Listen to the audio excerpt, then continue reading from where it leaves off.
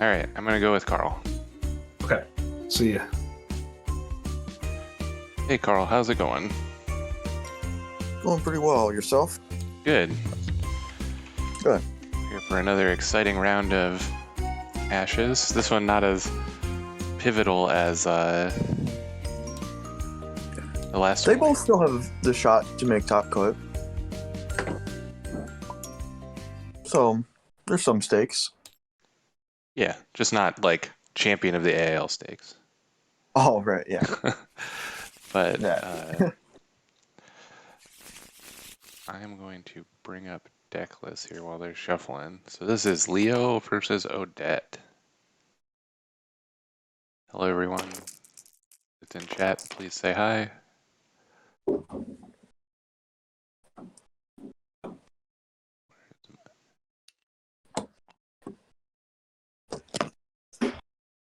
Leo versus Odette. This is gonna be a good one. It's gonna be interesting. So I know that you guys like to go into a little bit of background information on the players. Jason here, Inquisitor, Jason.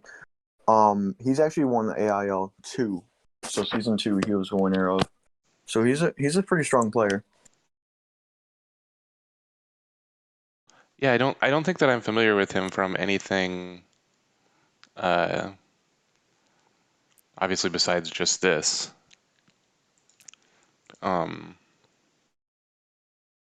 His deck is sweet. Looks like he opened up here with a summon three-eyed owl. It's pretty safe. Jesse's gonna do his standard augury for resonance, I'm sure. I don't even think there's another thing in his deck it can get, but he's gonna try to charge up that Hound book. I was curious if he was gonna start through it out, just because Jesse's Odette can just trade it every round for free. Yeah, I But mean, even that's not terrible though, right? Like, you're it's down a dice, but it turns it into a choke that doesn't do damage. yeah, So it's I mean if he's down a dice every round and forcing Jesse to play, I guess, a blank 9 dice versus a blank Phoenixborn, it's not super unfair. But Odette is rough for owls. yeah, absolutely. So he meditated, hit a couple burn spells there. The Anguish as well as a Final Cry and a Sympathy Pain, it looked like. Yeah, that's rough. I think his main win con is a burn, isn't it? It must be looking at those cards. Golden Veil in the bin. So he tried to Odette it. It got Golden Veiled. Now he's activating the Owl and gets a 2 shadows. Oh, he first 5 2 shadows. I wasn't expecting that. I guess he's worried about Majestic Titan.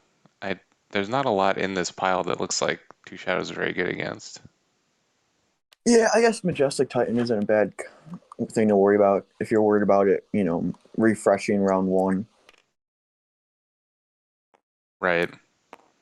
Because it's a main action to refresh it.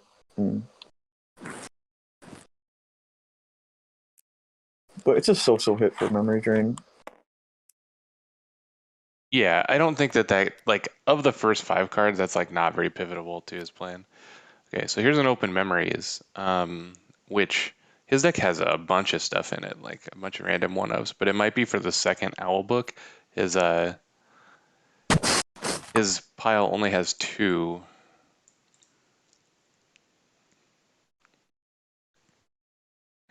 Yeah, and If it is for second owl book, Jesse's gonna have to deploy his hand like now. and that lets him get an owl every round without having to worry about Odette. So his win con of milling the hand is still there. Right. Jesse has the double focus hound book now that can kill an owl, but it's not ideal to like commit your hound right away to hit that owl. But So now, if it is second owl book, it's not very good because Jesse did play all his cards. It's going to put some big pressure round 2 if he doesn't Yeah, get rid of it, though. Because if he goes into round 2 with 2 owls surviving, that's pretty good.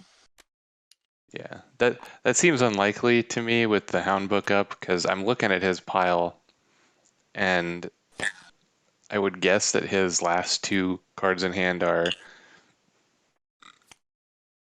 Titan Vampire Bat. It's possible he's playing the Salamander Monk here, but Yeah, what's his dice looking right now? Yeah, he has to be playing Titan, because otherwise he's wasting a lot of dice in his first 5. mhm. Or unless he's using those dice to keep his vampire alive. Because it could be Vampire Monk and using the extra dice there to keep Yeah, the vampire alive. And summon another owl. Yeah, I would guess it's going to be Vampire Monk. Because he needs a charm dice for an owl and a charm dice for the Titan. yeah, that makes sense.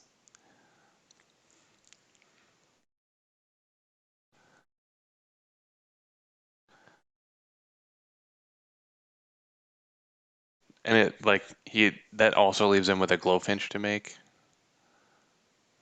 It does, yeah. Yeah. Not that Glowfinch is super impactful. Well, the Stalk is going to come in clutch if Jesse can really avoid the Glowfish if he wants to. Yeah.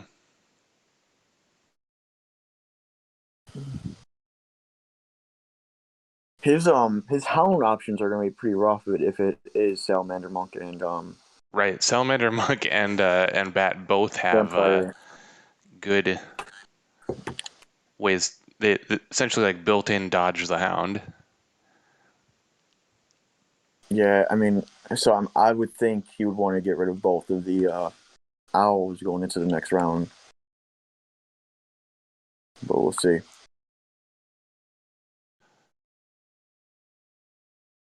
Well, he's spinning a sympathy dice.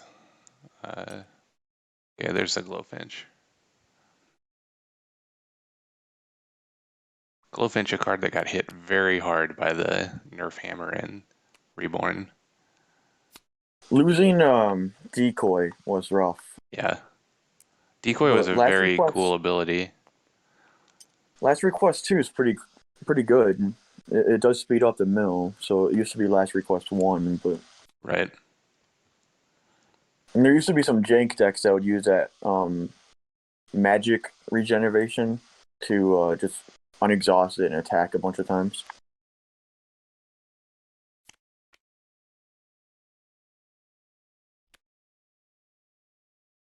So what did he is he pinging the It looks like he owl? pinged an owl, yeah.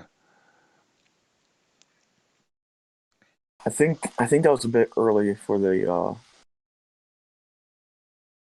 Hound, because I think that one ping on the owl is going to be kind of. Who starts next round? Is it Jesse? Looks like Jesse. Yeah, so I guess That's he's the way going they to have ping the owl. um, the marker currently aligned. I don't think they did any ping damage. Unless oh yeah, He they had did 2 two on the owl. owls. Yeah, I missed that.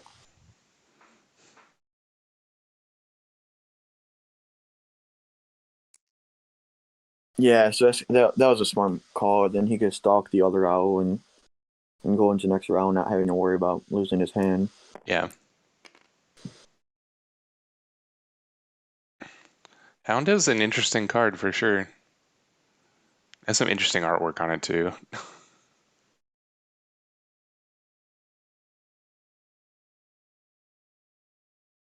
For those who care about Yeah, flavor yeah. text, I've never read this before, but I have it big on the screen. The first time I made one of these, I threw up a little, so I made a bunch more. Thanks, Plaid Hat. I like it.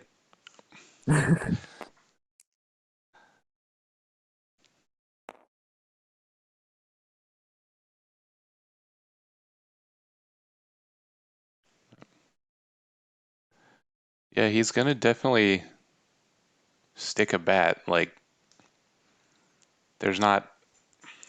I mean, the bat would have stuck anyway. So we're having a ton of meditation. Jesse's used a hollow and a dice power and caused him to meditate a lot. Yeah, I was just looking at that. If it might come down to it, if because with Jason losing all of his burn, or not all of it, but a lot of it round one, it's going to be rough going if it gets to the end of the deck. Right. In general, the Leo, is going to have the advantage in deck size. You're right about the monk there. They're going to have advantage in deck size just based on the Finch and the Anguish.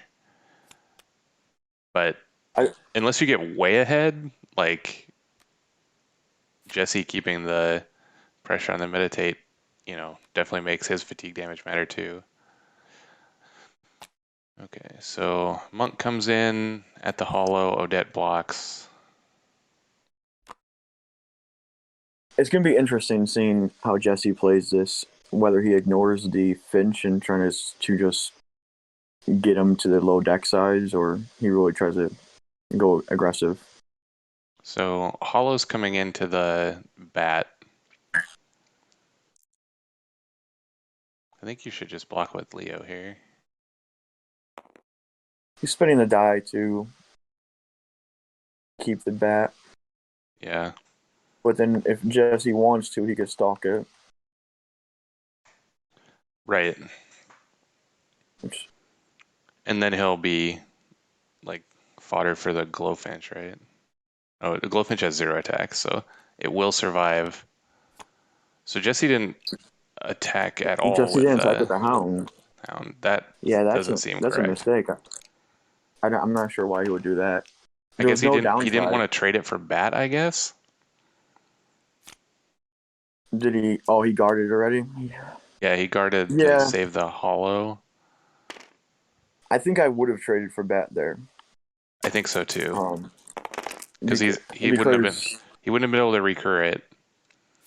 And the longer you keep bat alive, like going into round 2 with a bat alive, is super efficient. If he had to summon another bat round 2, that would have been a lot less strong.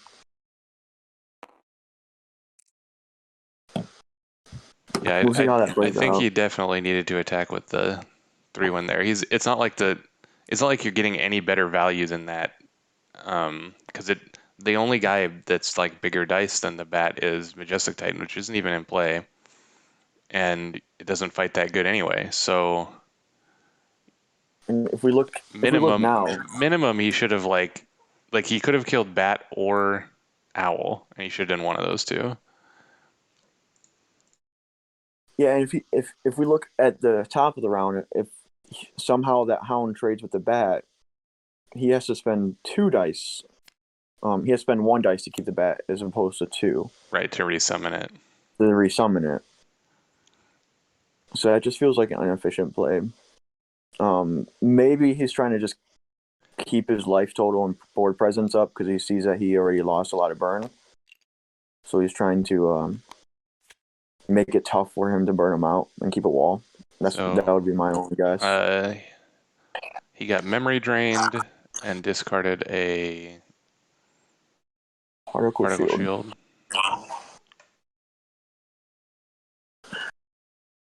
Which I think is a fine discard against this pile.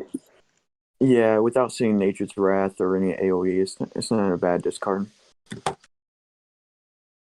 Yeah, all the burn spells in Justin's deck do 2, so they're gonna like kill all his dudes anyway. Might as well. Okay, so Jesse playing the meditate game again here. Using the illusion power action. Yeah, I think that's the way to go right now, because he doesn't seem like he has a way to get a HUD in the battlefield. I think I talked to Jesse during your last stream about him having like a magic siphon to this deck and really just going all out on the meditate stuff. Ooh, so he He had the second particle shield to stop the violinist from killing his hollow. That's kind of nice. Saves him a card in the deck. Yep.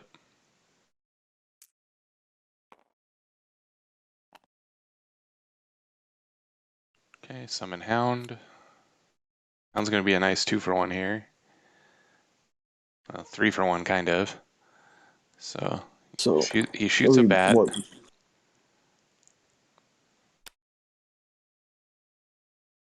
Oh, he double shot the bat.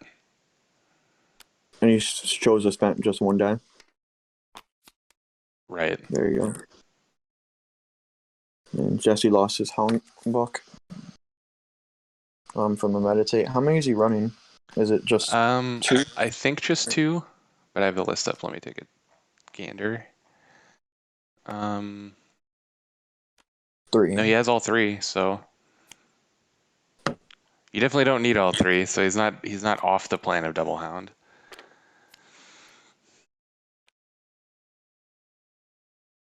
What happened here? Oh, a hollow got killed by a second violinist. Looks like. Yeah, it's gonna be rough. The middle game might shift if those violinists stay alive, because this right now is 14 to 15. Yeah. And I have a good feeling this is really gonna come out into some draw damage.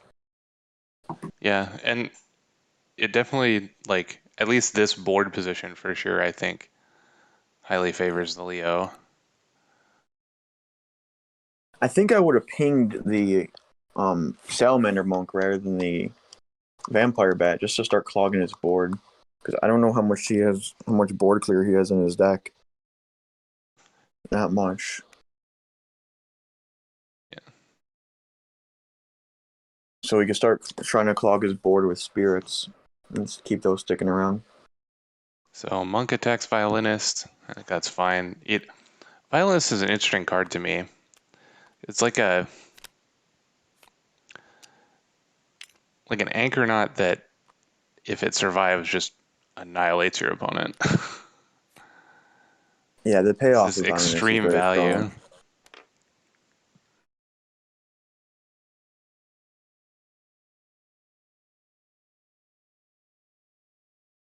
It almost never trades down because you get the ping and then they have to spend a die to get rid of it. Right. It's usually a tempo die though, like what Jesse just did, where it was the monk dice, but he gets to keep the monk because it's always exhausted. It never like strikes back. Right.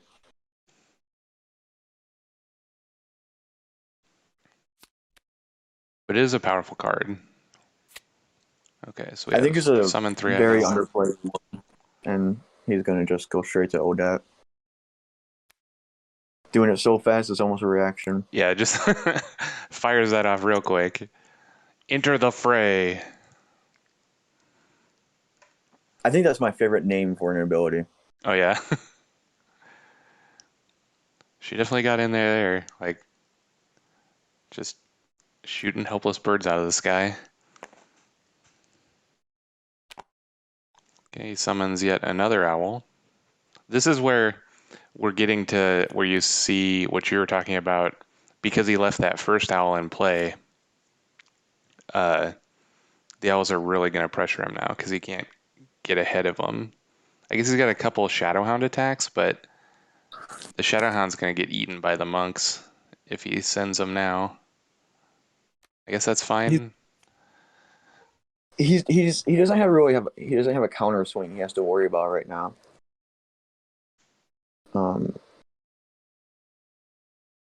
And he has to decide between taking out the owls or taking out the EV, because either one will really start to get him in the following round.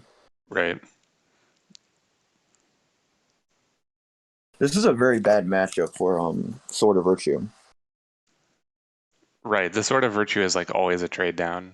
And it seems like Justin knows that by not always trying to guard with the Finch, but you can't.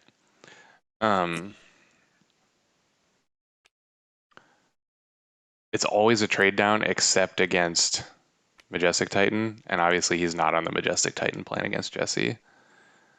I guess he has Right. one. He has two Master Vampires and an Essence Druid, which are good targets for Sword. But his deck is also full of Golden Veils. Like, oh wait, it just has the one, I guess. So that's already done. So yeah, if he plays one of the knights, like the swords will have good value, but it looked like Jesse used his Augury to get a River Skald this turn, It which I seems think like the is better play. than Sword. Normally he's like, turn two Sword, but Yeah, at minimum, the River Skald could get rid of that EV. okay, so he two shadows it, so it doesn't make a monk, right? Was it exhausted? That was a pretty cool move. Yeah, it was because it attacked the exhausted Hound, The Hound, right? and he blocked with Odette, Two shot. Yeah, and that's a very smart move. And then now Guild he is Link. scalding a violinist. Yeah, this That was a tempo really strong tempo turn. has changed significantly here.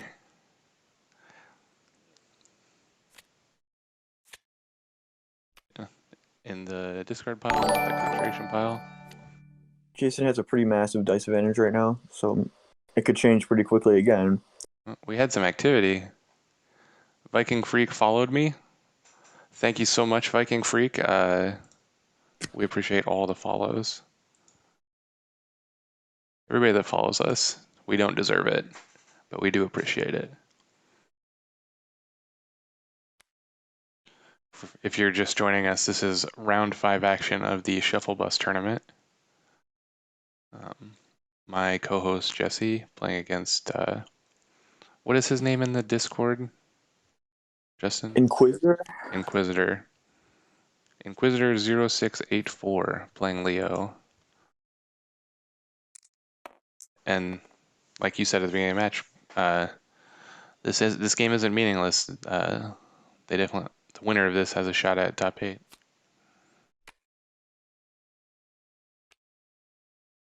So here's some more meditating.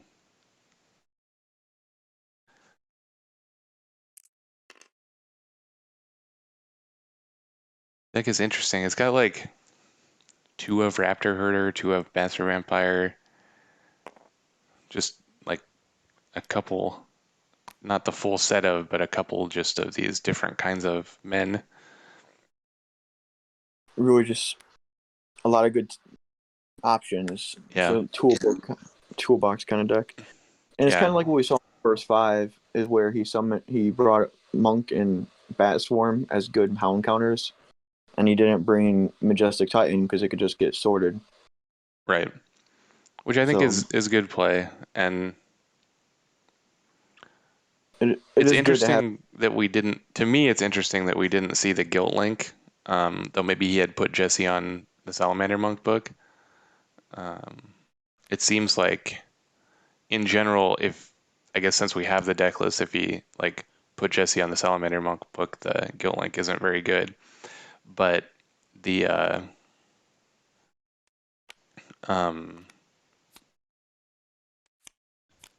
guilt Which link about is one Jason? of the ways that kills hounds. Well, he also hasn't taken a single damage from attacks because he can't guard the Hounds. So Right. if he does start Guilt Link, it's completely at the mercy of Jesse because Hounds can stalk any of his units anyways.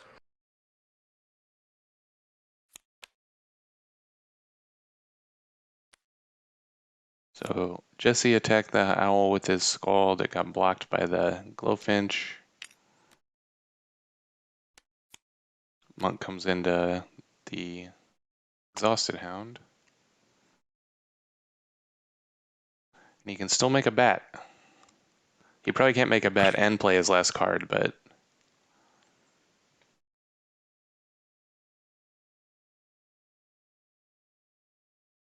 Curious why he would want to attack with the Scald instead of the Hound. Because he could have just stalked the owl and kept his 2 cards.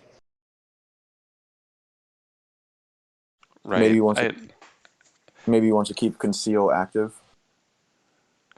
Yeah, I think that's probably his line of thinking. the Skald is essentially always going to run into the Glowfinch in this matchup, like every single time. There's like no way around it really. I guess unless he like hounds the Glowfinch on a future turn. Yeah, even if you do that, you're still off the 2 cards, so it's kind of no way around that. Right. It doesn't seem like it makes a lot of difference whether he attacks with Skald or not, because I don't think the Skald's gonna die this turn. And so he either just leaves it back, which I guess doesn't mill him. I don't know. So there's the bat with the 1 bat resummon available.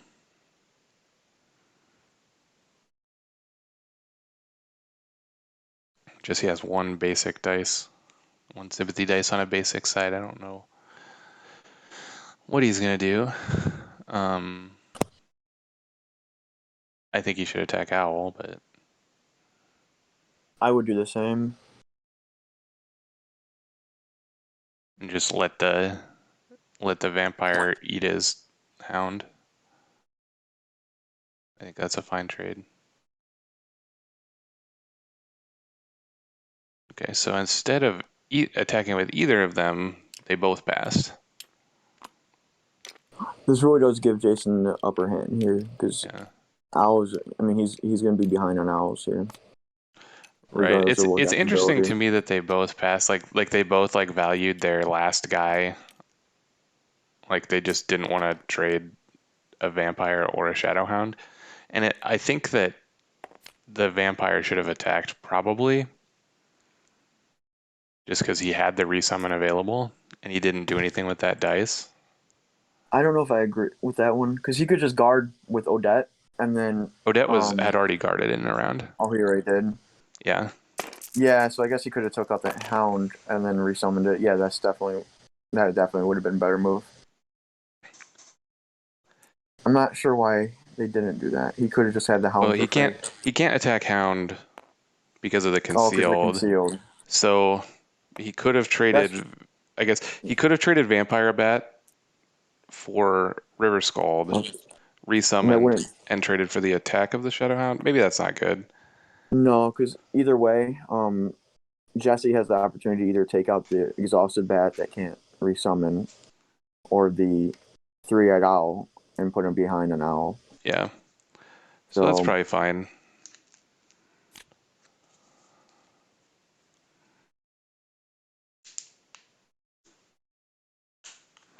on the other hand, if I was Jesse, I would have probably been okay taking out an owl and losing any unit to the bat. Right.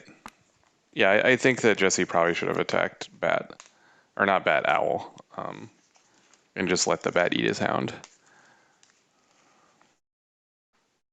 Because this is 2 rounds now where we've seen Jesse not attack with a Hound, which means that like the more that you don't attack with it, the less value you've gotten from saving it anyway. And both his memory dreams came as a result of not attacking the Hound, Right. or not attacking with the Hound. Yeah, and And they're like I both on said at the 8 beginning of cards, the but game, like the burn race is definitely going to go to the Leo. yeah, and I think there's going to be a few we'll see how much the mill race is going to go, but letting Finch die and not just saving back the Scald and not attacking the Owls early on, it just lost him 4 cards. Mm-hmm.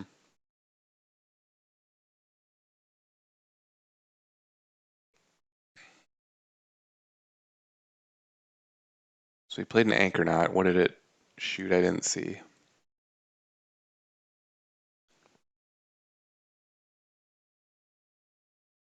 I didn't either. Maybe. Oh, I think it shot it back because he's down a ceremonial die. That makes sense. I didn't think that he had played a Fire Archer and that was the top card of his discard pile. So yeah, it must have shot Bat and eaten one of the knives.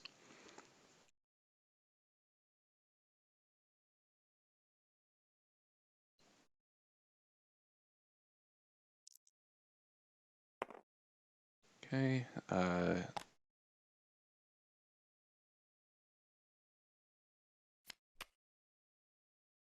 So he put an exhaustion on his Phoenixborn, but I think he meant to put it on his owl book.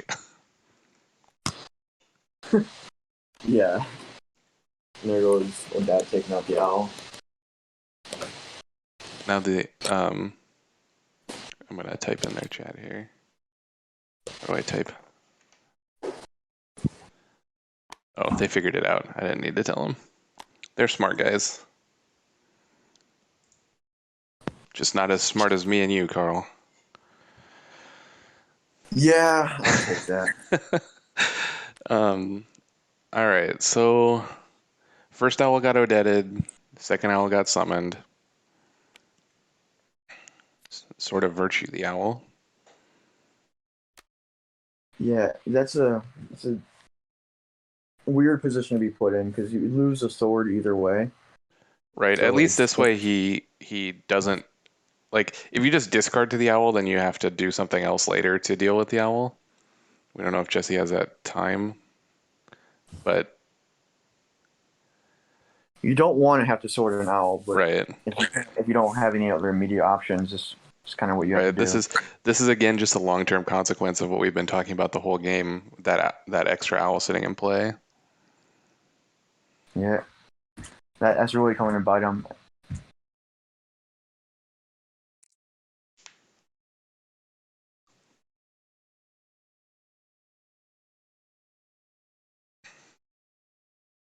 One sympathy dice from Justin, possibly a monk.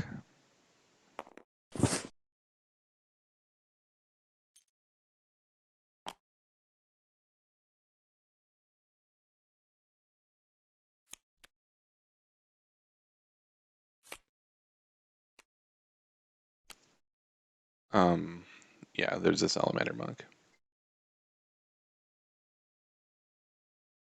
Yeah.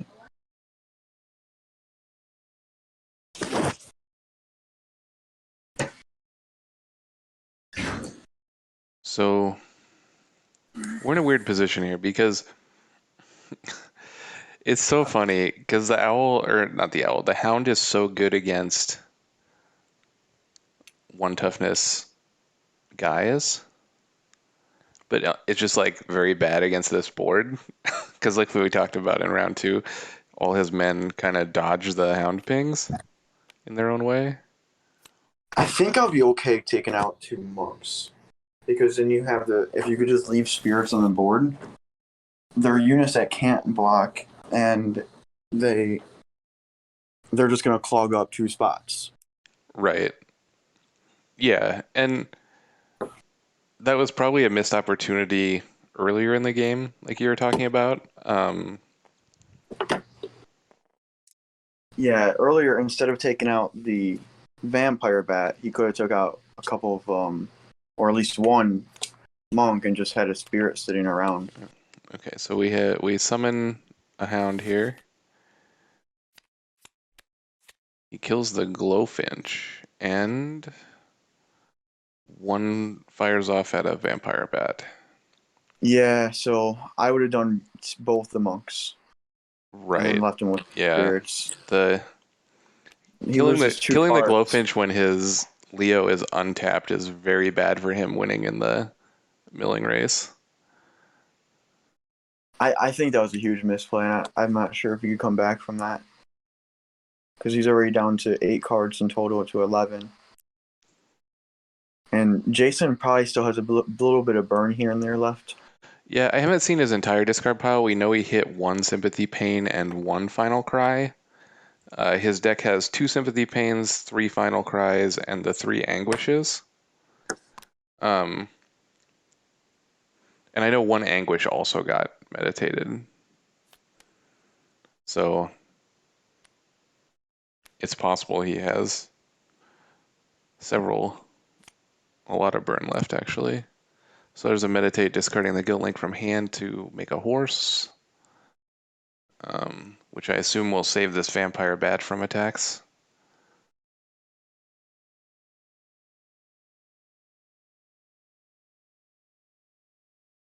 Yeah. Yeah.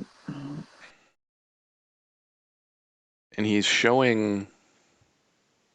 Oh, He's showing Sympathy Pain dice. yeah, blocked with the Leo. And there it is. Yep.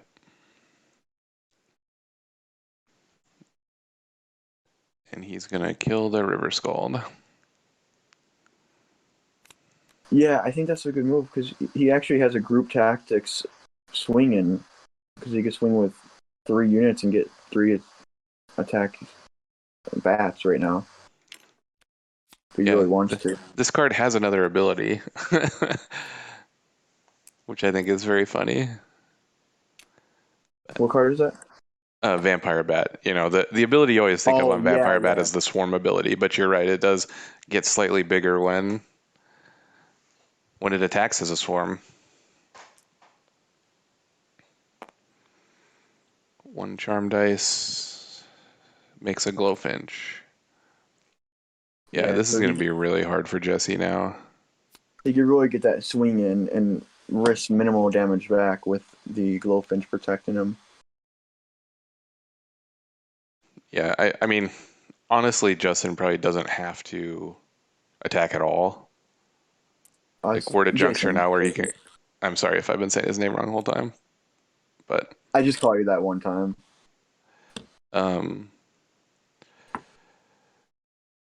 He probably doesn't even need to attack to win anymore. Like, Jesse's going to... He's got 3 cards in hand. He's going to draw 2, leaving 2.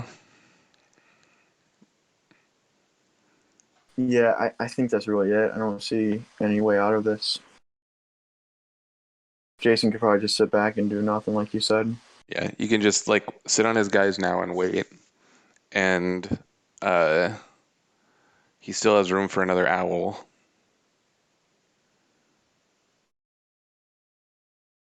So between the owl and Jesse not being able to attack,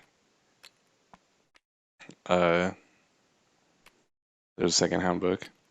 Jesse not being able to attack through the Glowfinch without killing himself, I think it's pretty rough.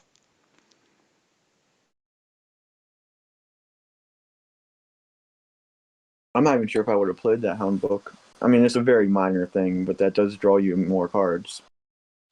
Yeah, it puts him 1 closer to decking.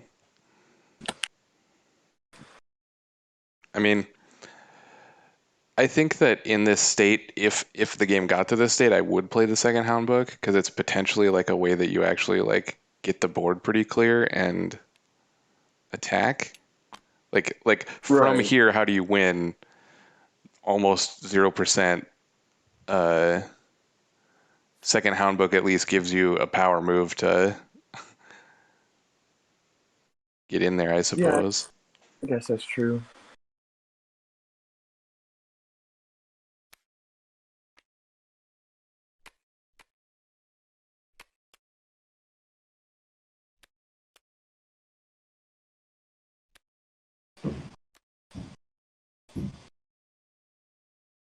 Yeah, then killing the monks and leaving the spirits, I think, like, was Jesse's hope, I guess. This seems difficult for, I don't know. It's a really strange matchup. I think this is where Jesse's deck suffers, just because he doesn't really have a way out of stalled board states. Because his deck doesn't have any real mill finisher. It doesn't have a burn finisher. It can't really pull out of stalled board states. Well, Jason does have a little bit of burn, and the Finch and Owl provide natural pressure there. If anything, this shows how important it is to be able to kind of pivot. Right.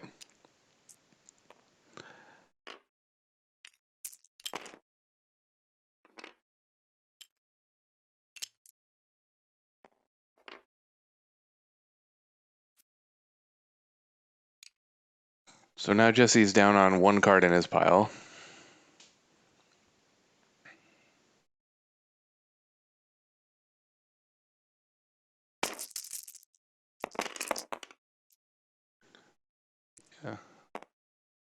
Jason's gonna have 6. Right. And we're at the juncture of the game where the Anguishes are just like lethal, right? Like Anguish is I a guess card you that would, I think like cards that give your opponent's choice, I usually am not very happy with, just because your opponent's always going to choose the worst mode. Like you're playing the card for its worst mode. But Anguish specifically, when you get down to this state of the game,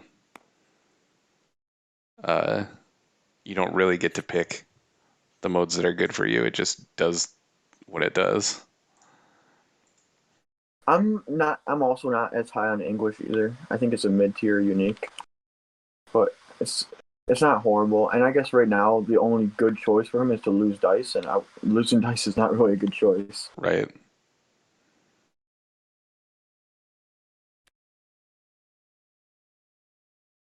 So we're going to stock a bat. I don't know what this is going to do. I guess he's just trying to free up one of his hounds to resummon. That's what I'm thinking. It would waste a die, and then he could start pinging off stuff and waste more dice. And I guess this is only out. I'm assuming he's not countering. So he chose not to counter and resummon the bat.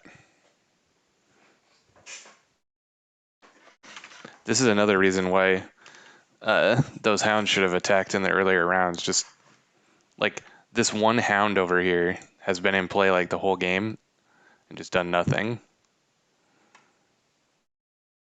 Right, and like when we get to this point where bats are on board, they're so efficient. But if you have to summon a new one every round, that's very expensive. Mm-hmm.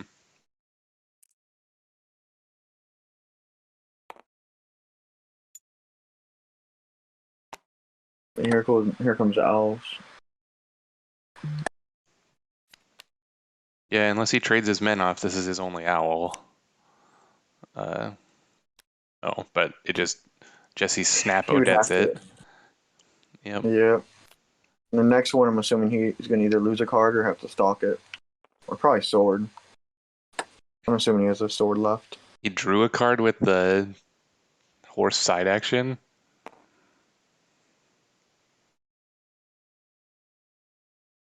He's just killing himself. Are we getting close to time? I don't know that. I don't know if they have a timer on the board or not. You know, an interesting thing about the horse is you go if you can't draw, you can still put the card on top of the deck, so you can save yourself some damage. Yeah, that's cute. It's not super good, but if it comes to it. Okay, so there's the stock.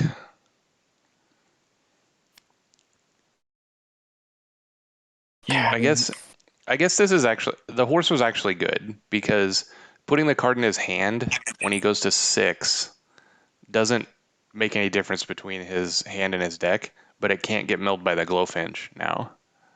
that's a very good point. So the horse was good. So yeah, so you're saving a die to keep that card. I mean, you're spending a die to keep that card. And Right. I don't even know. I'm not sure if he's at the point where he can even spend all his dice. His board's locked out, and it's at a Right. weird Having moment the where Shadow Hounds in play is really awkward. he could spend 3 illusion for the 2 damage, but that's Can he shoot his own not. Shadow Hounds? So Yeah. you can. So he So could you put activate one book to shoot both hounds, and then the second book is live to make a 3/1. yeah. I don't know if that's And good. That's like it's a desperation play. right. If somehow Jason like overextends and thinks he can't do that, then that might be good. Yeah, it's never good to I mean, you should make your opponent do it in a competitive match, but it's never good to just doesn't feel good to bank on your opponent making a mistake. No, definitely not. Especially if it's like an unforced mistake, like what we have here. Right, where all the cards are face up on the table.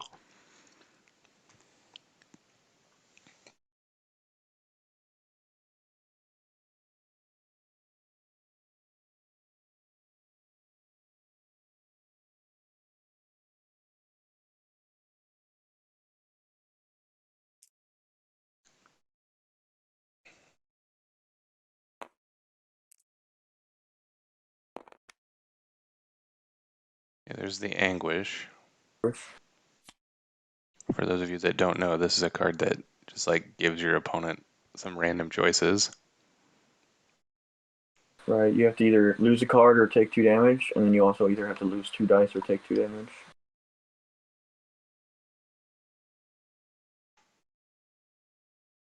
And the opponent gets to pick the dice. So we picked 2 Sympathy, which removes Skald from an option. I think that was Jesse paying for the sword. I think Jesse just took the damage. He took all 4. Oh, yeah, I must have interpreted that. Man, that really puts him down. And He's at 5. what did he sword? He removed No, the okay, exhaustion so from the Hound. he didn't take any damage. He discarded the Sword of Virtue and then he lost the 2 sympathy dice. No, he removed the exhaustion from the Hound. The Hound's unexhausted. Oh, okay. So he didn't Yeah, I kill see. anything. So second Anguish comes through, takes the full 4.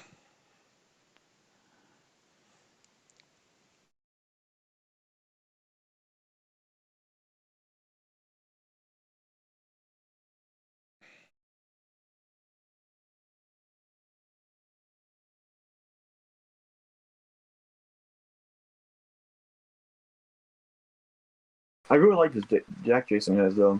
It's a nice way to like stall for the burn and mill damage. Yeah, for sure. Obviously, his guys are really resilient.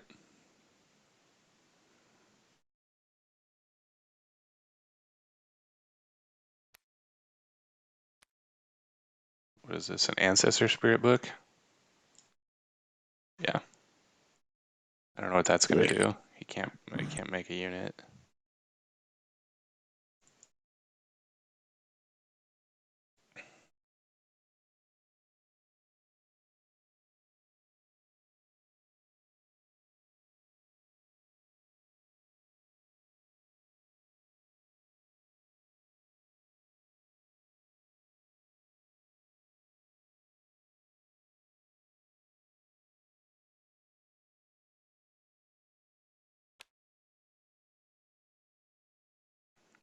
All right, so Monk attacks Bat. Did he play a second Anguish? But He did, yeah. and he took another 4. Yeah. That's rough.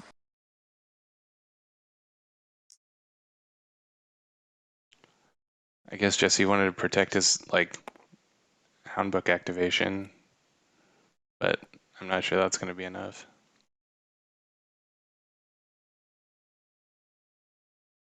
No, it's not.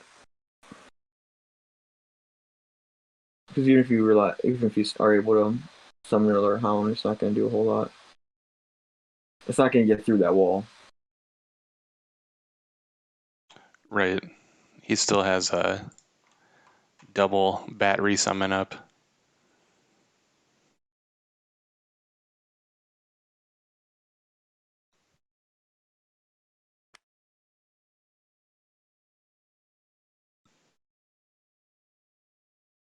Resummon it again. Yep. And he doesn't counter.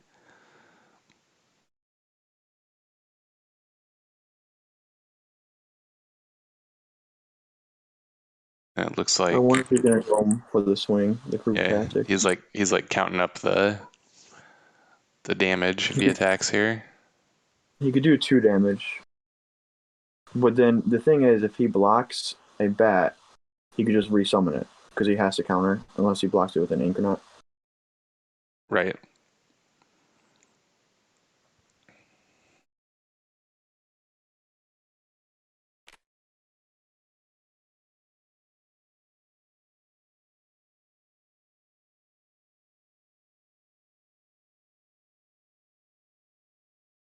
That Glowfinch has done a lot of work this game. Just sitting there doing nothing now, but did a lot of work.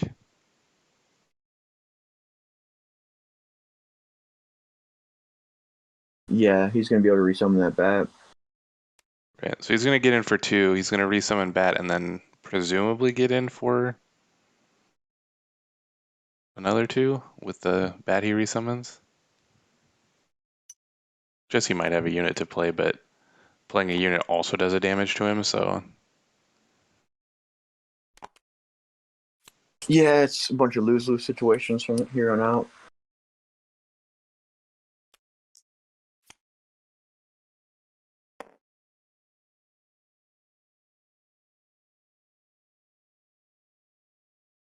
He can, if he wants to, well, I'm saying he gets use the Hound now to get rid of the bats because he can't yeah. He's gonna get rid of the bats because now he can't resummon them. yeah. And I wonder if he's gonna do one to his own Hound to just be able to get it back. No. Yeah, it might have actually been good there to do one to the untapped bat, one to a Hound, and then like meditate, play Hound. And then you would get to do another You get to 2 like damage. kill the Glowfinch and a monk, and I guess so. He's gonna make an Ancestor Yeah. Spirit. This puts a card back, right? You have to put a card back, don't you? No, it's if you do. Oh, okay. So he He sends could have got the Ancestor Spirit in for a little bit of damage. We gotta see what his last cards are on because he could have gotten 5 damage rather than 0 here. 5 damage wouldn't have been enough, but it would have been closer with the Hound and Ancestor Spirit if he would have pinged his own and summoned another one. Yeah.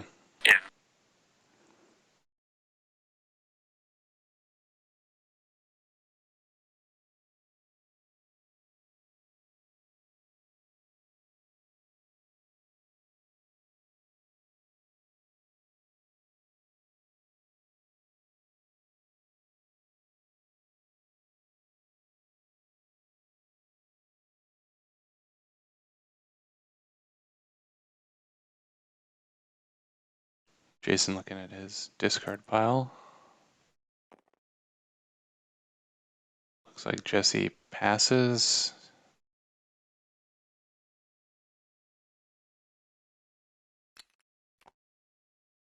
Yeah. No, he didn't So pass. Shadow Guard,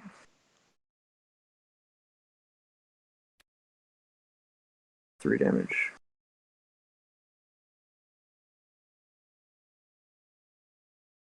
So Jason starts next round, right?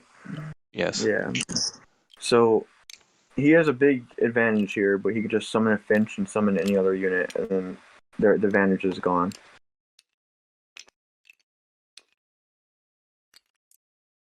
Right. Most likely he'll just like make Finch, and then Jesse won't be able to ever attack again profitably.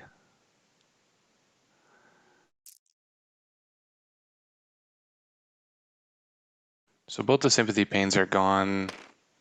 All the Anguishes are gone. I think he has a Final Cry or 2. Yeah. I think there's 2 Final Cries. I only saw 1. There's 3 in the list.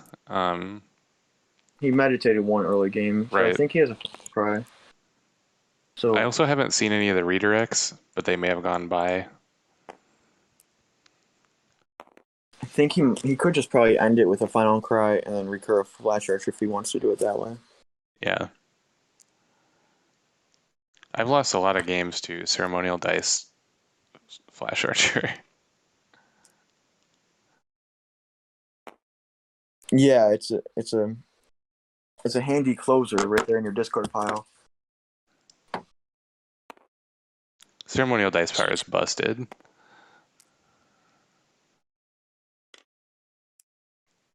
I don't necessarily agree with that one, but You don't think it's busted? I don't. I'm not even sure. I think Nature Power is actually even better than it. Nature Power also extremely good. But I think it's those two and then everything else.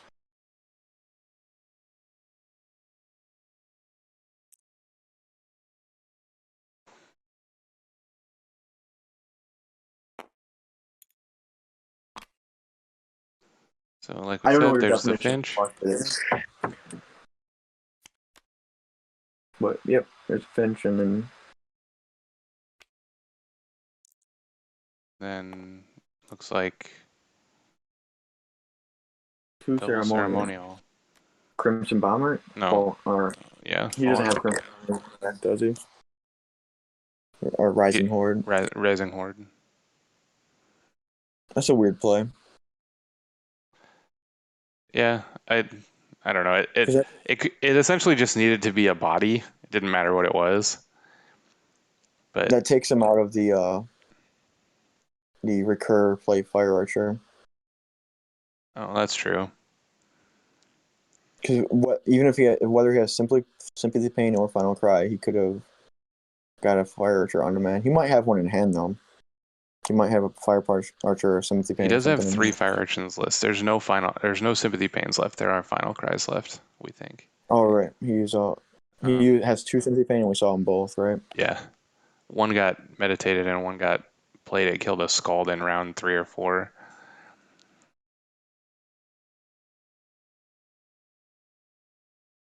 But I don't think it makes a lot of difference.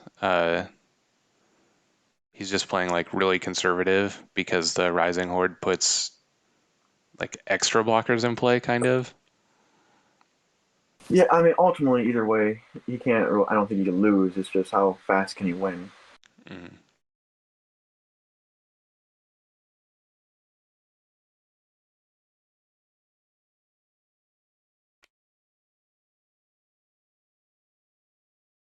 Right, so Ancestor Spirit attacks, Rising Horde.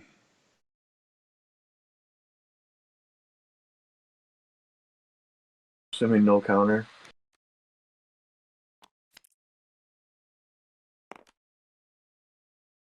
There's the Final Cry.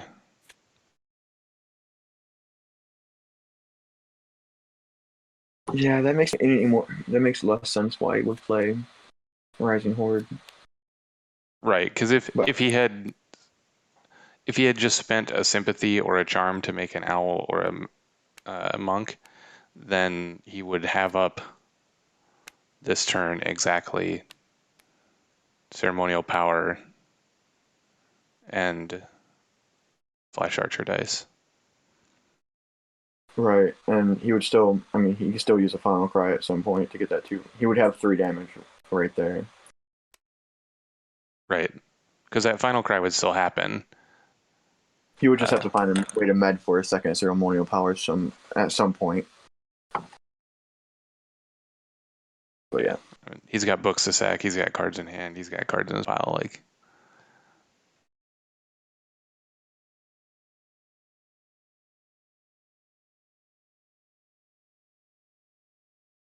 He also just needs one more unit to just win by swing damage. right.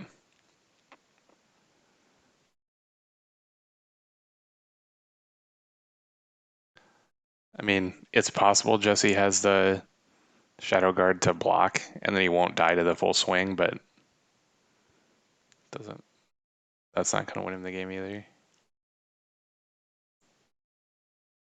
Did he pass? I think he just passed. Okay, so activate Hound Book for the pings. He kills 2 Fallen. I like that Jesse's playing it through and not conceding. He's really pushing this one. I think he could have conceded a long time ago. Yeah. He definitely is not one to concede, that's for sure.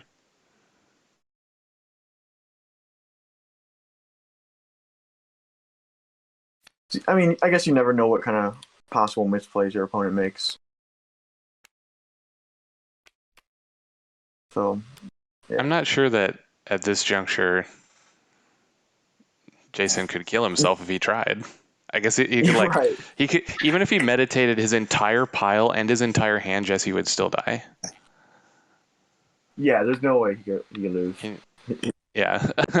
But I mean, Jesse wants to play it out, that's fine. I conceded our match on Tuesday when it felt very futile to me because I wanted to have some time to play real games on our stream. I'm a big believer in like time having value. So sitting there getting like just beat to death I think doesn't feel very good to me. I would hope we all believe in time having value. Yeah, no, I wasn't trying to call you out. I didn't remember that, to be honest. No, you're fine. Um, I will not concede if I think there's a line, but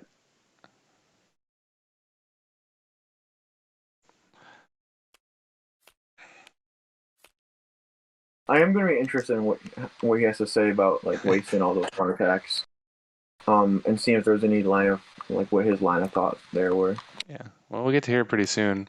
So, Emergency 9 says, damn, watching this makes my palms sweaty for getting the actual product. Well, it's coming. Some people already have it. Got the tracking number, I think, earlier this week. So I'm just never going to get any. Like, I didn't pre-order it because at the time that the pre-orders were up, I was still in Lincoln, and Jesse had pre-ordered enough that there was going to be a double set. oh, so did Jesse pre-order your order? We just like he essentially like bought it all, and now that I'm in Florida, I don't have it.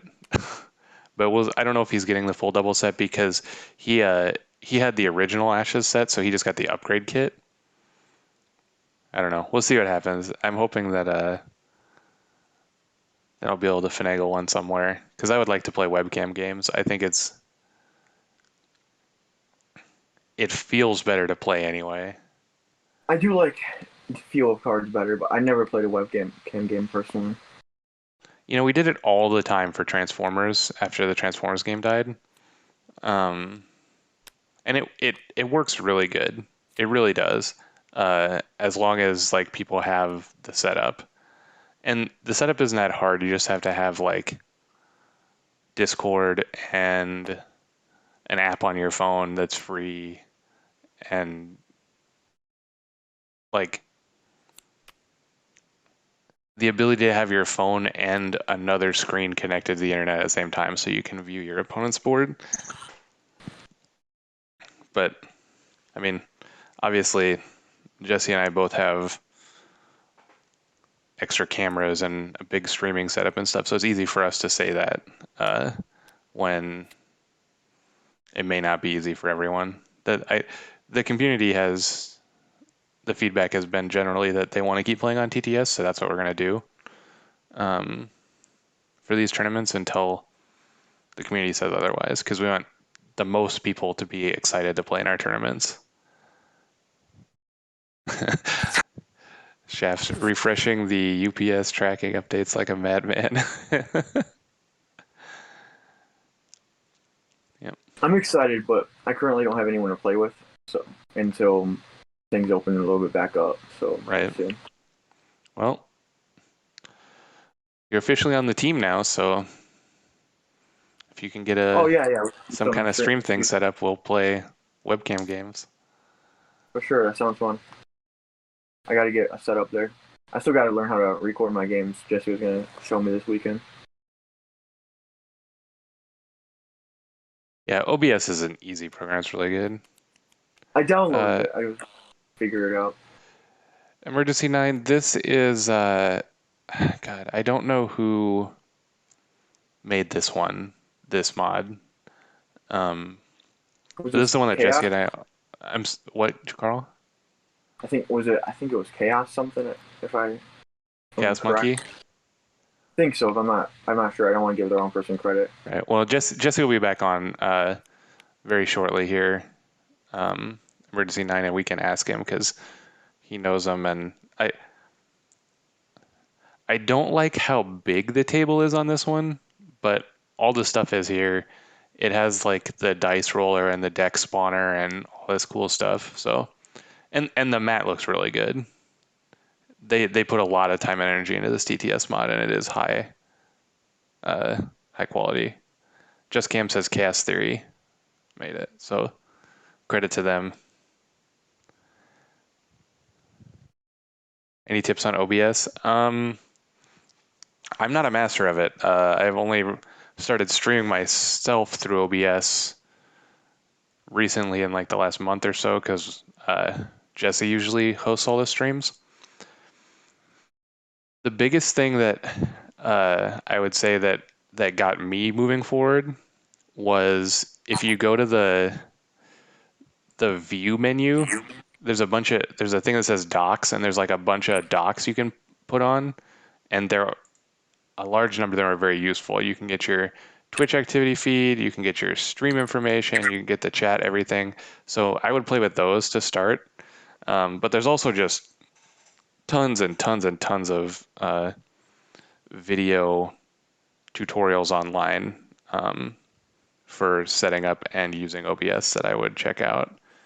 I was lucky enough to have Jesse to walk me through it because he's a pro. But it's a sweet program. It works real slick. Are they still playing? I don't know. I'm gonna ask him. I'm not sure if he did the last image yet. I do see that neither of them are moving. Oh, Jesse moved his little pointer. I saw him take out some Salamander monks. That was the last thing I saw. Okay, so Jesse has lost or conceded or something. Congrats to Inquisitor playing Leo, moving on. That puts him in contention for the top cut for sure. There's gonna be 4 people at 3 and 2. So There's gonna be 4 people at 3 and 2, because that should make it like all of them should make it for sure. Then. Well, it's gonna be 4 out of 7, I think. Would make it. That's what I. Oh, there's gonna be 7 total, 3 and 2s, but 4 of them will make it. Is what you're saying? Yeah. Okay, that makes more sense. When you said there were 4 3 and 2s, I just thought you meant like total records. Oh no. I was like, that doesn't sound right, but I know that at least 5 of them are gonna go. I think there's 4 making it, and I think there's gonna be 7 or 8 of them total. And I could possibly be one of those, so we'll see how it goes. Well, good luck. I hope you do. Oh, thank you. I'm just playing for funsies in the last round here with my bad deck. If Taj is here, we gotta set that up. But we do have another match. Or 8:30. Yeah, we have another match set up here for just under an hour from now. We'll see if Jesse comes back in the thing here. Maybe we can go join them. I'm gonna move over to game 1, Carl. We should go. For sure. So, what's up, Hey, Neil? How's it going? good. That was an interesting match. Yeah, it was thinky. My brain is a little fried after it. Congratulations, Inquisitor, on the win. I called you by the wrong name half the time, but Yeah, it was really. I said I thought the deck was really cool. Like it was lined up really well to kind of deal with just like all the value units.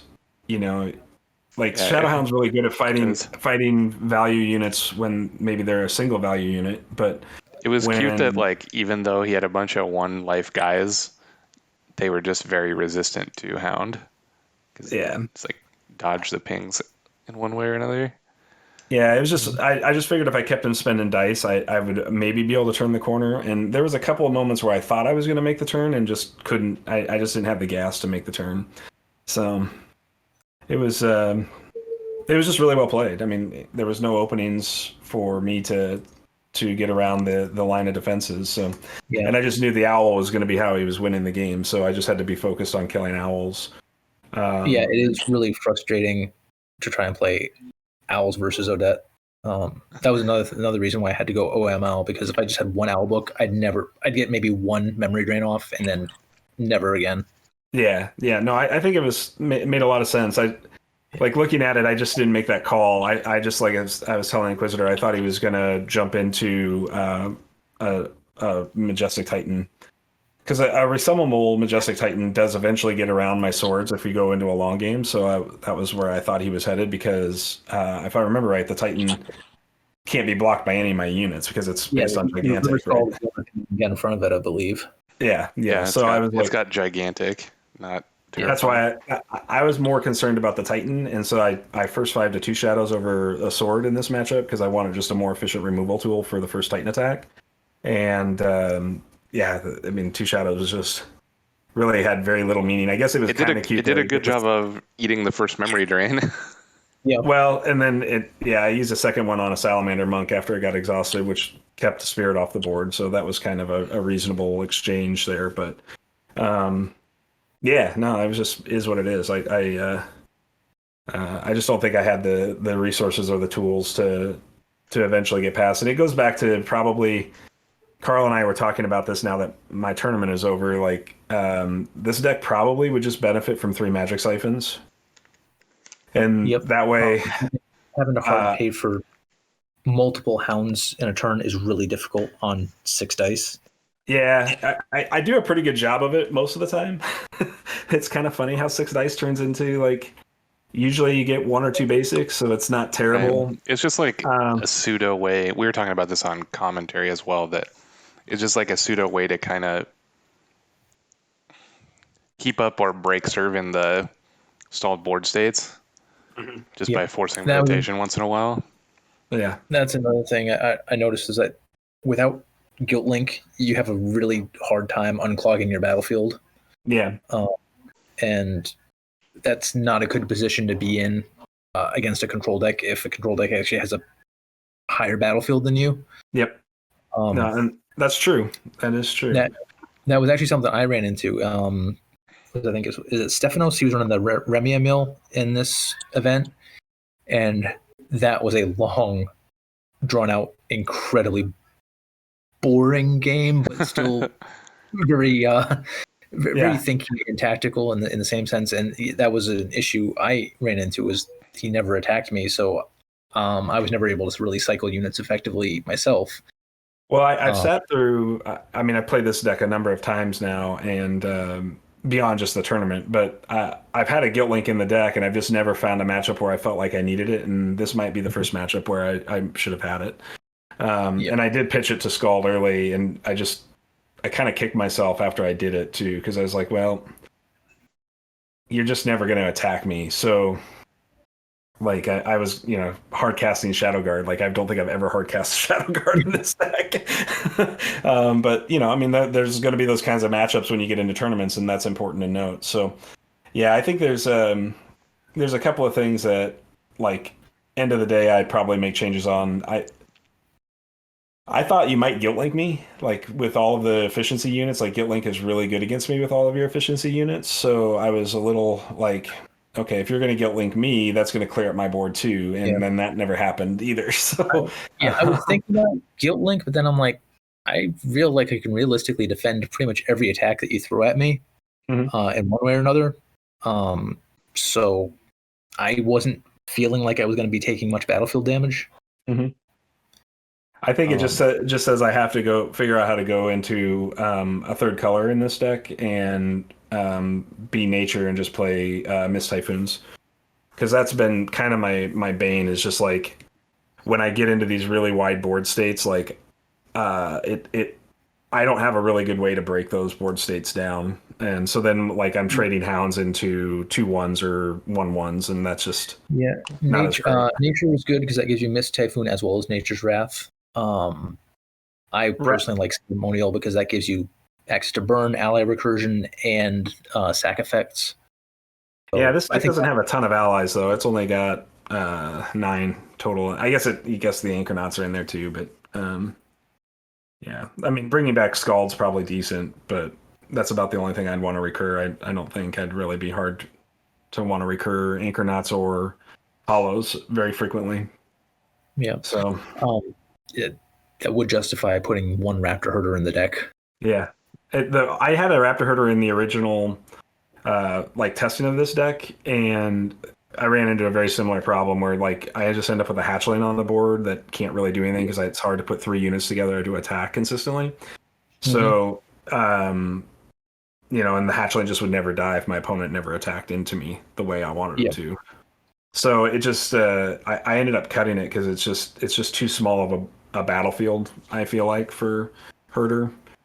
Carl probably doesn't agree with me on that because I know we talked about adding Herder to it but yeah. Also, Ceremonial would give you access to resummon, which I think that's actually a ready spell that doesn't see quite as much play as it probably deserves. Yeah, I built a Saria deck with resummon, but it plays mounts and obviously the Raven. You don't get the ping effect from Shadow Hounds, but still just paying a class Ceremonial and Class illusion yeah, to get another, basically effectively get a third Shadow Hound each round is not bad. Yeah, no, it's something to consider. I think that I think ultimately the Ancestor Spirit just ends up getting cut. I like it for a filter, but it's just not fast enough and efficient enough, and it just gets eaten up by too much stuff in the meta. Yeah. So it's hard to justify Ancestor Spirit and Salamander Monk because they're just so similar. Well, I was just so when I ended up in this situation I was like needing sympathy to spend things on sympathy, right? And like most of the sympathy cards that are out there weren't particularly great for me. Like Shared Sorrow is not super great in this deck because a lot of the costs of cards that I would want to pitch are 1 cost. So like it doesn't feel very good to spend 2 to deal 1, right? That just doesn't feel, even if it is to bring back 1. So I don't know. Like I said, I think the best fit for this would be to end up with a Mist Typhoon in the deck, Nature Threat, or like that kind of sweeper, just to clean up boards where we end up in these situations. Because then the Hound can do a lot of cleanup duty post summon on that stuff. Yep. I think you actually take it to Charm and go Owl and just go Mill and use Magic Siphon to support Mill, because it seems like a lot of your board states are where you're clogged and your opponent doesn't want to attack you. Mm-hmm. I don't think Mist Typhoon is going to help you win by attacking as often, and I might lean heavy into that Mill with Owl and Magic Siphon. Yeah, I mean that's not a bad consideration for sure, and it wouldn't be very expensive to go on the charm side for that at all. To change that Ancestor Spirit out for an Owl, but would you then not, because you still have to set up the Augury with a spell board of 3, would you not first 5 your Salamander Monk then just for Owl instead, Carl? I mean, you can just go. You could go Open Memories instead of Augury. It's actually cheaper by a die, and you have Open Memories in Resonant. Can't pronounce it, but you have those 2 cards, and you save a die, and then you also save a spell board slot. Yeah, the only thing you lose out on is like the second round Sword of Virtue. Yeah. Or the second round Skald. Both of them are really good. So yeah, I don't know. I think you could rely on drawing 5 to get a Sword of Virtue or a Skald. Yeah, but it's possible. The other thing to consider there would be just after round 2 Augury is just aggressively meditate the Augury away to make room for the Owl that way. But well, another thought would be to switch this deck over to Jericho, and go Resonance, and then got Shadow Hounds double focus round 1 on 2 cards. Yeah, I think that is a real distinct possibility that Jericho would be a better fit. Although it's hard to get rid of Sword. I mean, Blink is a great card, but it's not quite as good as Sword. Obviously, Sword is just one of the best loyalty cards in the game for sure. So, you lose a lot of removal tempo without Sword in this deck. That's for sure. All right. Well, thank you for having me on the stream. Yeah, man. Jim is calling now, and okay. I had a good tournament, and I will hope to see you guys around and maybe play some games later on. I think you've got a pretty good shot at making top 8. So good luck in the top 8. Well, thank you. Hopefully, tiebreakers will end up that way. But yeah, thanks a lot. All right, we'll see you. See you. All right. I am pulling up Twitch chat stuff now. Thanks for commentating, Carl. Appreciate it. Yeah, of course. Hopefully it was halfway decent to watch. I don't know if I made any major mistakes, so. I don't know if they're like mistakes, but you should watch the commentary because there were some different lines I think Carl highlighted very well. Okay, cool. I look forward to that. Yeah, I was kind of curious why you left the hounds after staying round to round rather than just try to snipe off the owls and try to get ahead of that. Yeah, I think in hindsight it was probably incorrect, but in round one I was going to go top around, and I was a little worried about. I think he had one owl left up, and to me I was more focused on how to work my way around the glowfinch and still get value from my monk, because my monk was basically just kind of a dead card on board the entire game. Like I summoned one monk the whole game.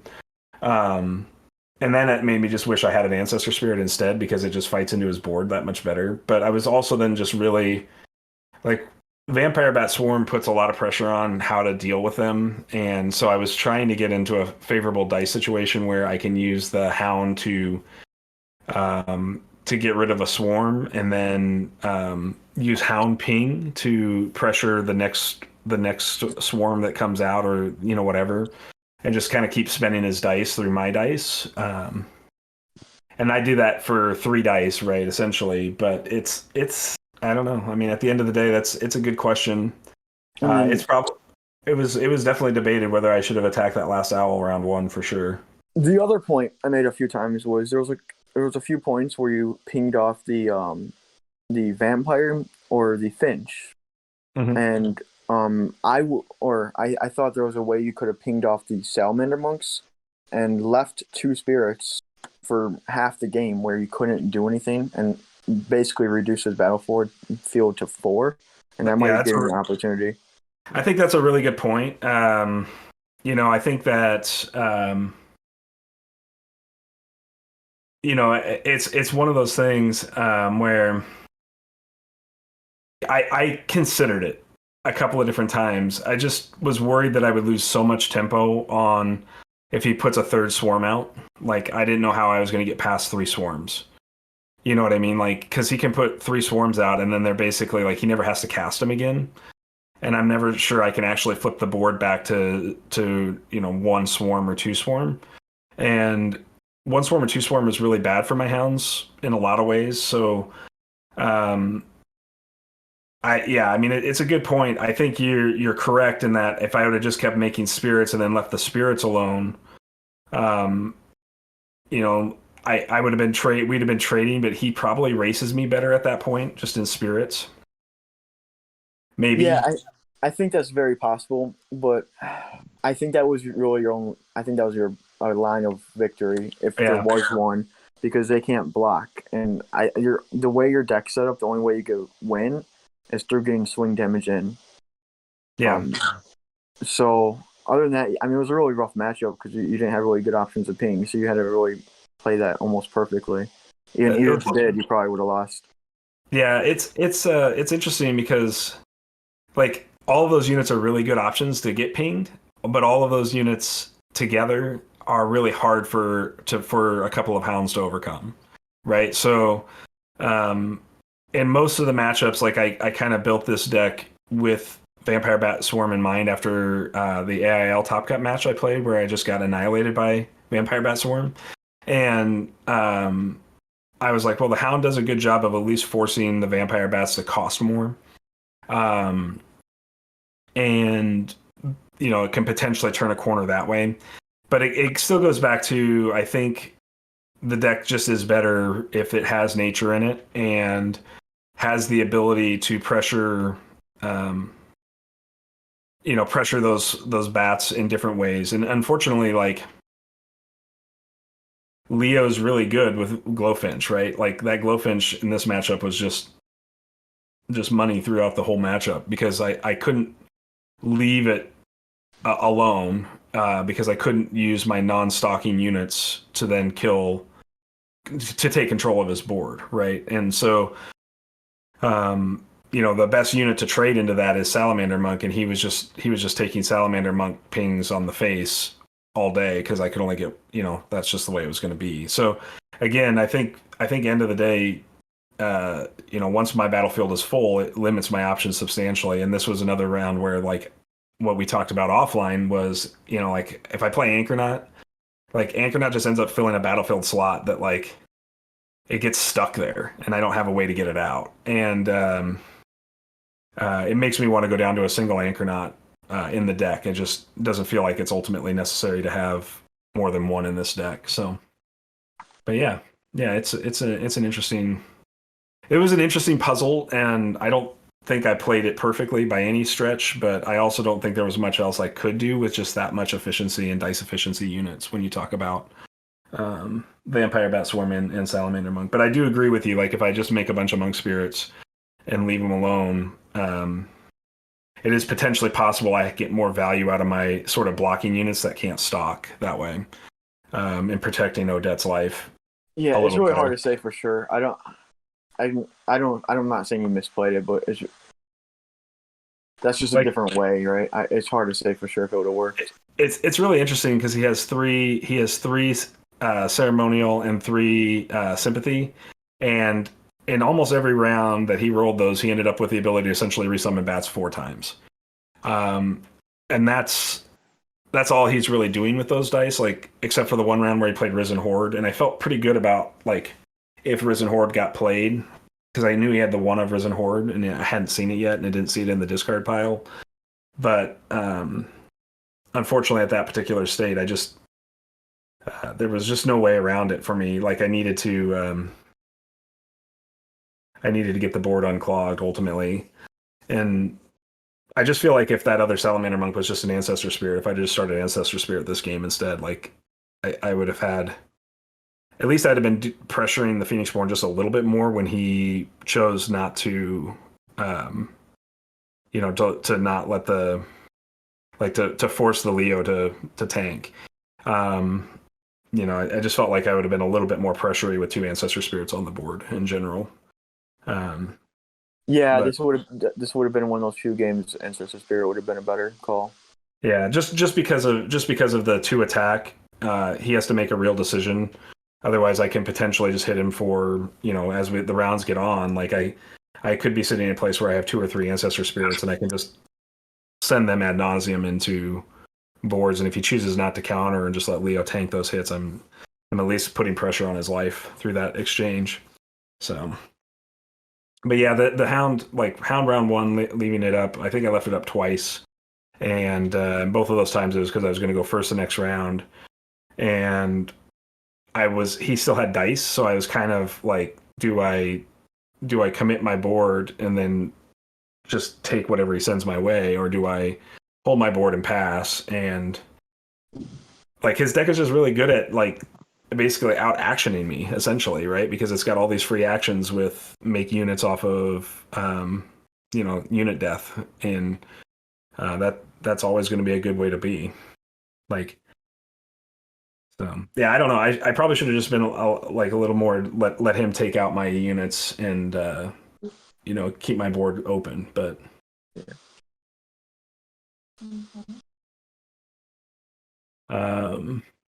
so yeah, but yeah, I mean, we've got one more match that's going to go on here in about 30 minutes between Just Cam and I don't remember who's Cam's playing now.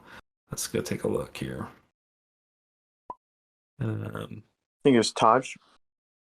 Yeah, I think it's Just Cam and Taj. I thought I was supposed to. No, Taj is playing Neil. It's Just Cam and Chaos Monkey. So. Oh, are they? Is Just Cam playing Mione? Is that the Meteor Mione, or is that the other one?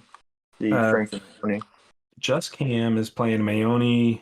Was it the Strengthen or in Mindfog? Yes, he's playing Strengthen and Mindfog Owl. Correct. Yeah, that's really interesting. They're both 2 and 2, right? Yes. So It might come down to tiebreakers Yeah. as well. This is a possible play-in game. Yeah, I think both games played tonight were possible play-in games. I'm not sure if I win, it's a play-in game based on the way my breakers were working out, but for sure, Inquisitor beating me puts, I think, him in a pretty good place to play in. So, but we'll see. But yeah, they're both Maoni, so it's a Maoni mirror tonight. One's more like the Matt Bowers, Nature's Wrath Meteor Maoni we saw on the AIL Game 2 final. And then the other one's the strengthened version with Confusion Spores. That's interesting. And Mindfog Owl. So, two very different decks. I wonder which one works better. I mean, obviously the Phoenixborn is similar, and the WinCon is very similar with Pumped Up Snake, but everything else feels pretty similar. Right. Yeah, I'll probably catch you guys' stream on that later. Cool. Yeah. But I'll look forward to it. I'll see you guys around though. All right, Carl. Thanks, man. I appreciate it. Yeah, man. Have a good one. Thanks, Carl. Yep, you too. See you later, Neil. So have you scheduled your game yet, Neil? I have not. I need Okay. to talk to Taj. Cool. Our game, Yeah, I don't think is very important, but we'll still play. Yeah, it's good for everybody. I don't know. I mean, like I said, it's just I've not played against a deck that had that much efficiency in it, but I think that Cam says that Chaos Monkey is playing James, not Maoni. Oh, am I looking at the wrong thing? I'm sorry.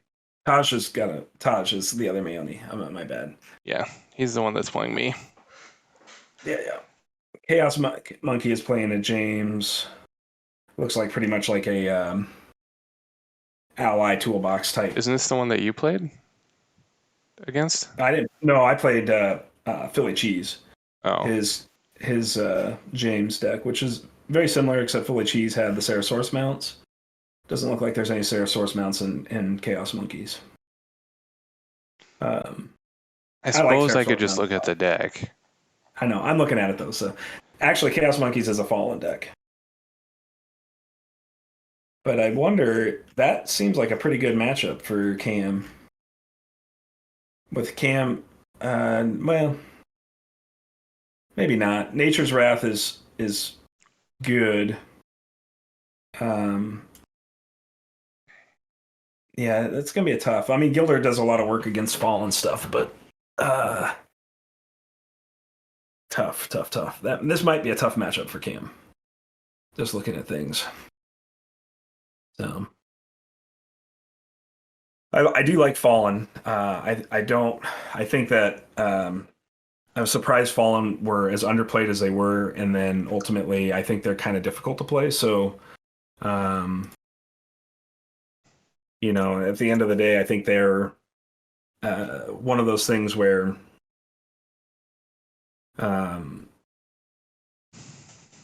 you have to have the right combination of things working for you. But I've just lost. This whole tournament has really been lost to just on the back of people doing direct damage to me. Like the Anguish plays, the Molten Gold plays, Chant of Revenge. Like those cards have just won for my opponents this whole tournament. And I'm not surprised by that, I guess. I just it kind of makes it sort of feels like the stuff you do on board feels a little less meaningful when that's the way, you're just losing to Final Prize and Sympathy Pains. We were talking about this on the commentary as well. Like, your deck and my deck suffer similarly from not having a way to break out of the clogged board states. Mm-hmm. Like, well, your deck can break out with Earthquake, though, right? It hasn't yet. I won one round, but Sure. You get to the state of the game where whether or not the board is actually clogged, or if you're just trading units, like maybe we'll both just be on one unit, but they always trade. Mm-hmm. Like it's the same thing, right? Like and Cam was talking, or Carl was talking about this. Like the deck just doesn't have that way to pivot to winning from that scenario. Mhm. And that's why the burn spells seem like they kill you, but the burn spells are just that pivot, right? So Right. if his deck was all burn spells, you would have crushed him easily. Like, Sure. because your 3 power guys would just get through, and that's way better than a burn spell. It's just because even I saw he like played that first Sympathy Pain early in the game, and you like automatically like tried to take 2 off your life, but he was just shooting your Skald. Like, Yeah. that's in the mid game and early game. The more games I've watched, the burn spells go to units like every single time. It's not until the very end when the board is like stable and you need to make that pivot that it changes. So that's what Carl was talking about with the magic siphons, like forcing your opponent to meditate, or the owls forcing your opponent to discard, is a way to break that board stalemate where you start trying to win in a different way. Yeah.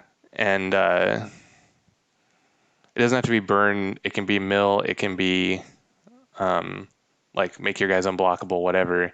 Just whatever it takes to like play outside the board. Right. Yeah, I mean that was ultimately what I pivot the Sword of Virtues to, right? Was I just pivoted in that game to Sword of Virtue as a refresh ability instead of a kill spell.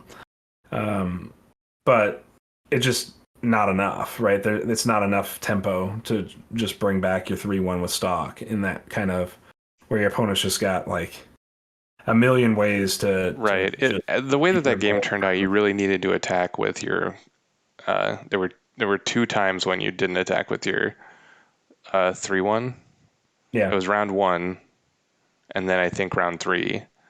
And I think you're probably right if you're if just I like do attack in those scenarios. Like you're just attacking an owl, and then your hound gets attacked by a bat or whatever. So you're essentially trading owl for hound, but you just hope that that's good enough because you've already gotten some dice out of the hound with the book activation. Right. And you kind of needed to do that because the owls were going to kill you. Yeah. Which ultimately you did die to decking. So it wasn't just the owls, but they added on to it. Yeah. No, I mean, and obviously, like, Anguish is Anguish. Like, as much as I made him meditate, I was kind of unfortunate that only one Anguish got pulled out of the deck in that process. His first meditate was 3 burn spells. I know. His first turn meditate was Sympathy, Pain, Final Cry, Anguish. Yeah, I saw that, and I was like, okay, well, that's good. I was happy about that. Right. It was just I knew, like, sitting there at the end, I thought, like, I checked the discard pile, and the discard pile only had 1 Sympathy Pain in it, and so I was like, well, crap, there's got to be 2 Sympathy Pains in. He actually only has 2 Sympathy Pains total. He doesn't have 3. Okay. He had 3 Final Cries, 2 Sympathy Pains, 3 Anguish. Yeah. And we talked about the Anguish a little bit too, and Carl's kind of in the same boat as I am, where like it's just kind of okay. It's not like a great card. He just he just played them against you at a time where you like it's like modal choices, and so you let your opponent pick the best one for them. Just because of the state of the game when he played him on you, the choices were narrowed. Yeah. No, and it's interesting, like, in that scenario, I almost discarded a card just to take 2 instead of 4. Because it's a random card, I was a little, like, less excited about that. Because I was sitting there and I was like, well, if I get a pick, right? Like, if I get a pick like Owl, I would just pick like a card and take the 2. But because it was by the time that he had played those, I don't think that he could have made any plays that would allow you to win, even if he was trying to lose on purpose. Sure. I think that you were just straight dead. So yeah, I don't think the Anguish has had a lot to do with it. Like, you were just gonna, even if you didn't take the 6 damage or whatever you took from Anguish, 6 or 8, I don't remember. 8. Like, 8, you were still just dead to fatigue. Yeah. I took 8, and so, like, I was just doing the math there in the end when I was talking to him about it. If I would have taken 6, 3, I would have taken 4 instead of 8 if I'd have just done the random discard a card.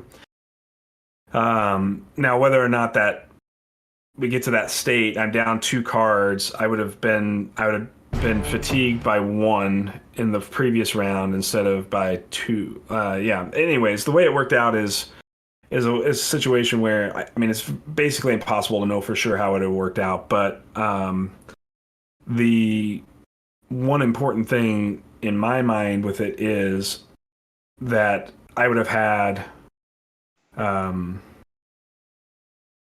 I'd had 4 more health and was looking at going into that last round, like with the way the board had turned, I think I was going first the next round, and it's potentially possible with a Sword of Virtue in hand that I could have ended the game.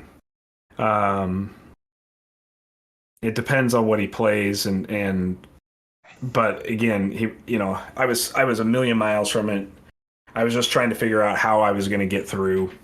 It goes back to that sort of need for maybe even a secret door in this deck as just a way to say, like, okay, in those kinds of game states. That fills that same slot of like beating the clogged board state, right? Like, right. It's more expensive, right? What does it cost to activate that thing? 2? Yeah, maybe. Let me go back. I don't know if it does. I think it just costs to play it. Oh, let me double check. Maybe. Here. I've never played that card, so it costs 1 illusion to make it unblockable. Can't be blocked for the remainder of the turn. So then one of the hounds would get through automatically for 3 a turn. And maybe that's the way it goes with Jericho. Like maybe to Inquisitor's point and Carl's point, like if I just go Jericho in time with it, I can set up the double hound focus through just a single resonance. It costs a die less to do it. Yeah, it costs like 2 dice less actually, because right, you lose out on the additional augury draws on the following rounds, which is a trade maybe you can make. It also requires you to play time instead of just what you're doing. And if you were talking about playing nature or whatever for the other thing, then you're like all over the map with books that cost 3 illusion class. Like basically everything I've looked at when I started looking at playing time decks, you're giving up like a lot of the decks that I like to play are these like 3 color, like sympathy, a color, and nature or ceremonial tend to be the like where I hover when I start building decks. And it's not impossible to play Jericho like this. Like it's you know what I mean? Like you could run just a single time die if you're only using it for Jericho power. And you would still have some plays with time. I'm not sure. I mean, like, I guess you could play with Swift Messenger, but like you're not really getting a ton of value out of Swift Messenger. And Swift Messenger is only value. That's the only thing you get by playing it. I just don't agree with you on that. I've played Swift Messenger a few times now. I'm not on the same page as you on this, but it's fair. I understand you're in love with it. So yeah, I mean, I think that lots of different ways that we could approach this whole thing in this particular deck. I think the Hound is still good. I don't think that this tournament is indicative of the Hound being bad.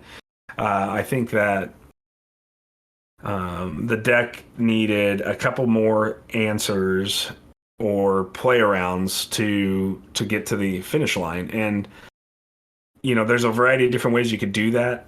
One way would be, you play Frostbite, right? And you stack 3 Frostbites in this deck, and you start just pinging with Frostbites. I mean, because it gives you both the unit damage early game and then PB damage late game. It gives you that closing power. It gives you more main actions, so you can, spend basic dice to to do that sort of thing. And then it just needs it needed another unit. Like the Salamander Monk is good. I like Salamander Monk a lot, but a turn 1 Salamander Monk and a turn 1 Shadow Hound is okay.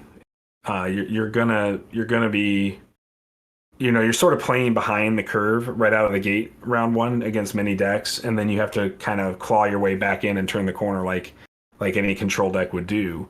And sometimes you just can't turn that corner.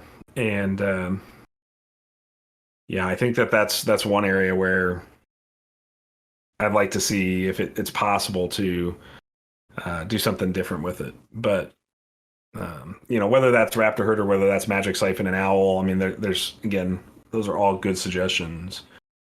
It just kind of depends on how you want to play the game. I don't particularly like to play mill. It's not really a style of game that I like to play, but it's probably good. I mean, like, even just playing like against the James deck, I had him down to 4 cards remaining, and again,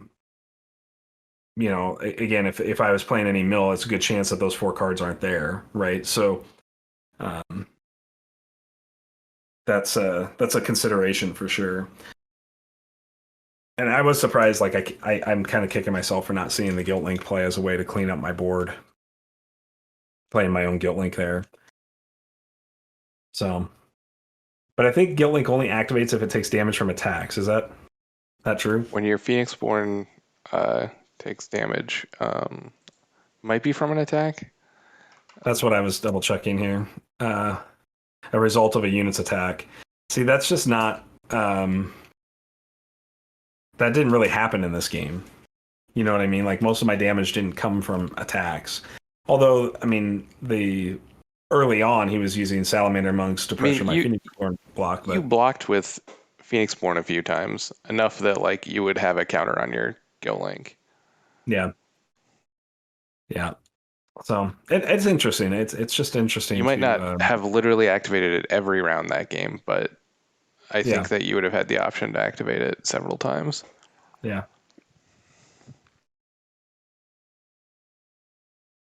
Hey, thanks, Purple Teletubby. Appreciate it, man.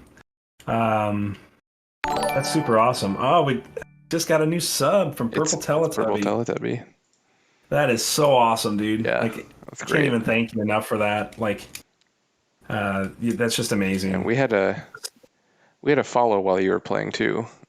That's awesome. From Viking Freak 56. Viking, thank you for the follow, man. That's super awesome. I love all of our community here. I'm loving the Ashes community. You guys have been so good to us. Yeah, we don't deserve the amount of attention that we get, but we are appreciative of it for sure. So, yeah, I mean, I'm excited. So, the round 5 is going to wrap up Saturday. For anybody that's wanting to get involved, the season 2 sign up sheet is going to go up in the next few days. So if you're not on the Discord for Ashes, the community Discord for Ashes, I'm going to link the Discord in the chat right now. Be sure you get on there. I think most people are there, but just in case anybody here is not, I'll copy it here. This link is not permanent. I don't have the ability to make it permanent. Yeah, Carl is awesome. He's so awesome, and we're so thankful to have him on board the bus with us now. But yeah, be sure to join the Discord and check out the Shuffle Bus tournament channel, because season 2 is going to go live, and season 2 is going to have time in it. So we're only going to get one Reborn like core experience. I don't know if it can even call it the core, because it's like 21 PBs and how many expansions, but the base like Reborn reprint stuff was this tournament, and then we're going to move right into including Jericho in the next tournament. No chainless chains for us. We're going to keep Skald in the meta for now, although I know that from talking with Carl and a number of the other players that have been also closely connected to Nick, that it's a very good chance that Skald, when Ash's OP rules come out, will be chained. We'll see it, Purple Teletubby. Thanks, man. The main thing is, how do we is Skald the culprit for why 3/4 allies are in trouble? And The most important thing to me, especially now that Carl's on the team, is that we stay consistent with the AAL and other content of the game. Yep. But we're not going to get an AIL tournament probably until May or June. I'm not going to put any words in Carl's mouth there. He's working through that right now, and we'll have more news on that at some point. But it's interesting because the Ashteki tournament is going to start up. The season 2 Ashteki tournament starting up with what I guess it'd be the first 4 expansions. So it's the Rin, Leo. Is this the same format you played last time, or is it different? It's the core set. The first tournament was just the core set. They were just stress testing the core Phoenixborns. All right, Cam, see you, man. We'll join your group. Just post on the Discord with where you guys are. Speaking of that, Jess, I'm going to take a short break. Okay. Sounds good. Do you want me to keep the OBS up, or do you want to take it over? Yeah, you can let it go down. I'll just pop mine open. Let me get okay. Mine prepped. We'll just take a short break, guys. I'm gonna use the bathroom, get some water before we commentate on this other match. Be back up here in about 5 minutes, everybody. So if you're in, just jump back in there at that, and we'll be back online shortly here from my side, following Cam. So thanks, everybody. We'll be back soon.